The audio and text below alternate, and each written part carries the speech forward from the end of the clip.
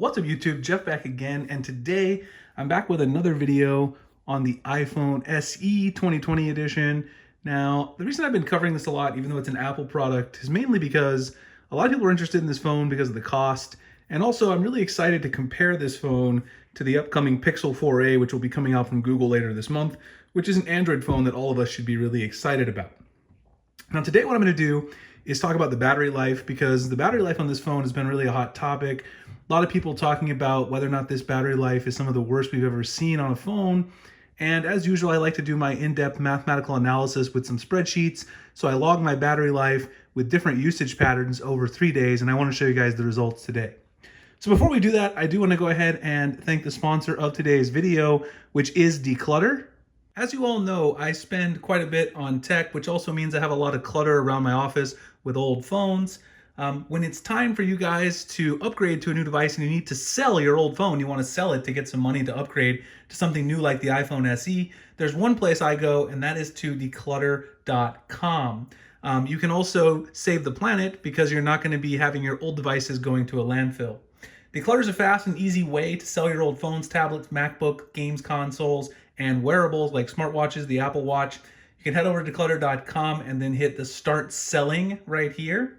If you go there, they pay up to 33% more than the carrier buyback programs, and they pay fast, means you have cash to upgrade to the new iPhone or whatever else you want to buy. You'll get that cash for your old device right away, and it's good for the environment, like I said before. Head over here, go ahead and tap on Start Selling, and go ahead and find the device that you're interested in to get a free instant evaluation. If you want to sell an iPhone, you can tap on Start Selling right there. Find the device you're interested in, like the iPhone XS or XS Max.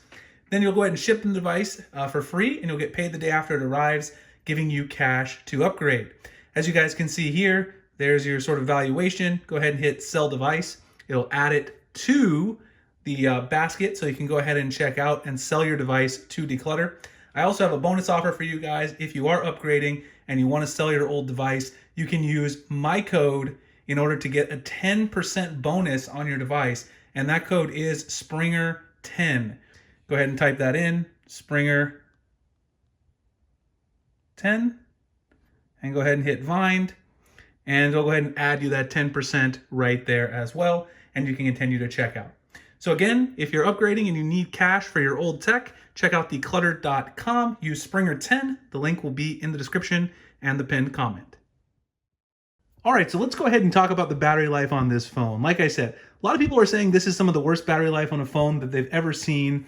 It's got a small battery because obviously it's a smaller device, and obviously battery life is a big concern. So I'm gonna put the phone to the side because for this, for those of you who've been following me for a while, you know that I like to do this spreadsheet analysis. As some of you know that have been following me for a while, I am a professor of mathematics by day, and so I like to do a little bit of a mathematical analysis with the spreadsheets to sort of show what the battery life looks like over time. So let's kind of talk about really quick what we're looking at here, just so you guys can sort of see if you haven't seen these videos I do before. I've got my usage patterns here. I did 3 different days. The first day here was Wi-Fi only and just my regular usage. Now, obviously, it is worth mentioning that this is a little bit skewed in some sense just because I know I'm staying home more, because we all are, because of the coronavirus situation. But it is my daily usage that I'm kind of going about my daily business right now. Only Wi-Fi, I was able to do that because I'm at home. And you can see the hour by hour sort of percent drop. So I wake up at 7 a.m. in the morning, it's at 100%, fully charged. And by 6 p.m., it's at 0. Now, it actually probably was at 0 somewhere between 5 and 6, but I always log the nearest hour just to sort of get the graph to look, reasonably nice. I also logged my top 5 apps that I've been using throughout the day with this regular usage, so you can kind of see how those impact the battery life. Studio, YouTube Studio for tracking my stats on my channel, YouTube for watching videos, Twitter for responding to followers, things like that, Safari for just browsing the web, and then Instagram, of course. Have been using dark mode, of course, on the iPhone because that's my preference. And 3 hours and 31 minutes screen on time there, as you can see at the bottom. So that is something that's, pretty bad. I mean, I would say that's pretty bad comparing to my other Android devices. 3 hours and 31 minutes is not great screen on time. And this is kind of with regular usage. And also remember, this is all Wi-Fi. So all Wi-Fi on the first day. If we go to day 2, Same sort of usage. I've been using dark mode on the iPhone. This is all LTE. This was just for fun, just turning on all LTE to see how this degrades the percentage.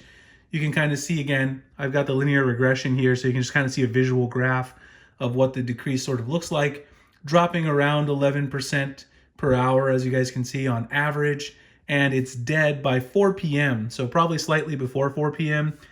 That's really unacceptable. I don't think anyone who uses their phone on a day-to-day basis would be happy with this battery life.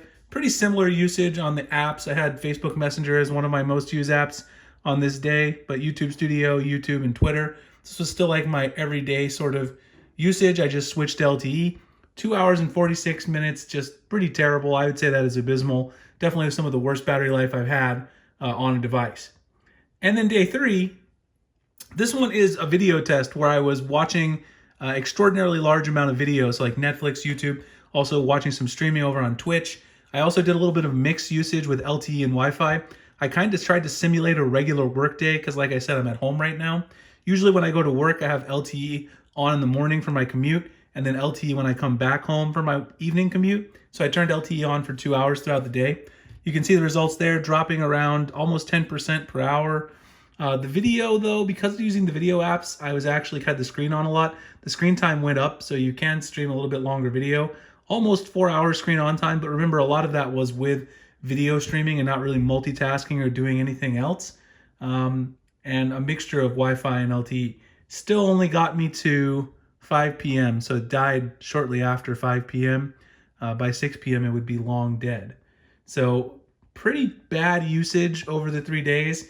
10% per hour drop here, a little over 11% on LTE, and 9.3% on Wi-Fi only when I wasn't streaming video. So you can kind of see what it looks like overall.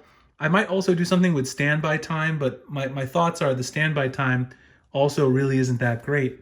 Now, I will drop a link below to the spreadsheet if people want to take a look at it. My main conclusion about the iPhone SE 2020 so far in terms of battery life is it is one of the worst phones I've ever owned when it comes to battery life performance.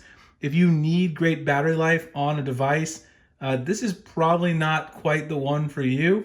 It's just not going to be a phone that's going to get you going throughout the day. It's definitely not going to finish a work day for you if you are going back to work. Yeah, so hopefully this was helpful for you guys that are thinking about buying it. I'll do a similar thing with the Pixel 4a when it comes out. If you guys have any questions, please drop them in the comments. Like, comment, subscribe, hit the notification icon below. Also, please remember to hit up my sponsor, Declutter. You can use the code SPRINGER10 to get that additional 10% when you're selling your device to them to upgrade to a new phone. Really appreciate them sponsoring the video. And like I said, if you guys have any questions, drop them in the comments, and I'll see you in the next one. Thanks a lot for watching.